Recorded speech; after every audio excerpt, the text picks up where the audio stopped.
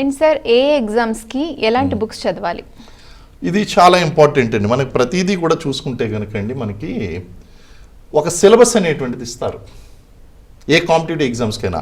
ఇప్పుడు ఎలాగా నోటిఫికేషన్స్ లేవు, ఒక అభ్యర్థి కానిస్టేబుల్కి సబ్ ఇన్స్పెక్టర్ ప్రిపేర్ అవుతున్నాడు అని అనుకుందాం. అతను కానిస్టేబుల్ ఎగ్జామ్ కూడా రాయాలి, ఇటు సబ్ ఇన్స్పెక్టర్ కానిస్టేబుల్. దీనికి ఒక సిలబస్ ఉంటుందండి. అలాగే ఒక అభ్యర్థి సిడిపిఓ ఎగ్జామ్కి ప్రిపేర్ అవుతుంది, ఆమె ఎక్స్టెన్షన్ ఆఫీసర్ కూడా ప్రిపేర్ అవ్వాలి, దీనికి ఒక సిలబస్ ఉంటుంది.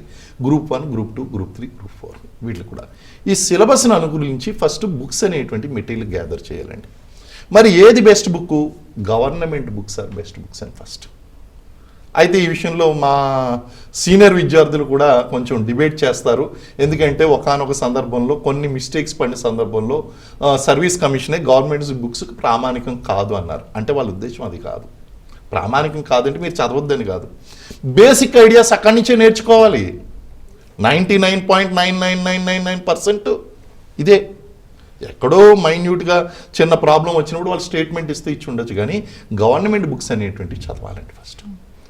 ఆ తర్వాత ఏం జరుగుతుందంటే, మార్కెట్లో ఈ కాంపిటేటివ్ ఎగ్జామ్స్ రాయడం గురించి కొంతమంది సీనియర్ ఫ్యాకల్టీలు ఒక్కొక్క సబ్జెక్ట్కి ఒక్కొక్క బుక్ని రిలీజ్ చేస్తూ ఉంటారు. వీళ్ళు ఏం చేస్తారంటే, నేషనల్ లెవెల్లో ఉన్నటువంటి ఆ యొక్క బుక్స్, వేరియస్ ప్రామినెంట్ ఆథర్స్ రాసినటువంటి ఇంగ్లీష్ బుక్స్, ఈ తెలుగు బుక్స్, వీటిని అన్నిటిని మిక్స్ చేసి కాంపిటేటివ్ ఎగ్జామ్ పరంగా అవసరమైనటువంటి పాయింట్స్ అన్ని తీసి ఒక బుక్ రిలీజ్ చేస్తారండి.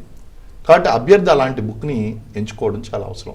ఈరోజు సివిల్ సర్వీసెస్ ప్రిపేర్ అవుతున్నటువంటి ఏ అభ్యర్థినైనా సరే పాలిటీకి లక్ష్మీకాంత్ గారి బుక్ చాలా బాగుంటుంది అంటారు.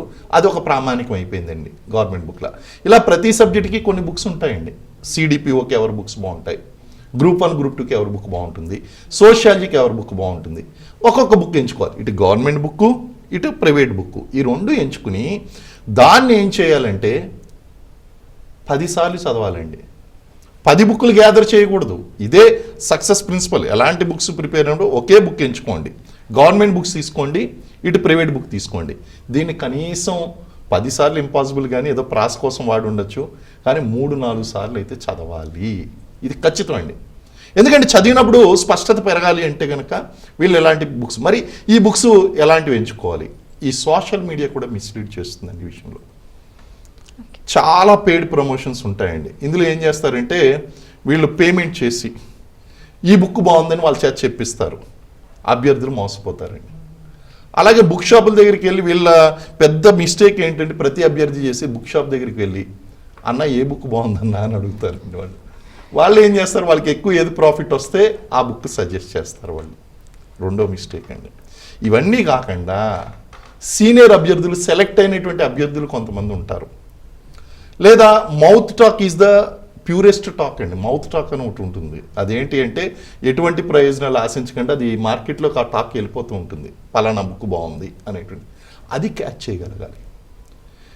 అభ్యర్థులకు ఉన్నటువంటి ప్రాబ్లం ఏంటంటే ఇన్ఫర్మేషన్ పొల్యూషన్ అండి. బుక్స్లో కూడా, లేదా ఇన్స్టిట్యూట్లో కానీ, సెలక్షన్లో కానీ ఇన్ఫర్మేషన్ పొల్యూషన్ అనేటువంటిది చాలా బిగ్గెస్ట్ ప్రాబ్లం.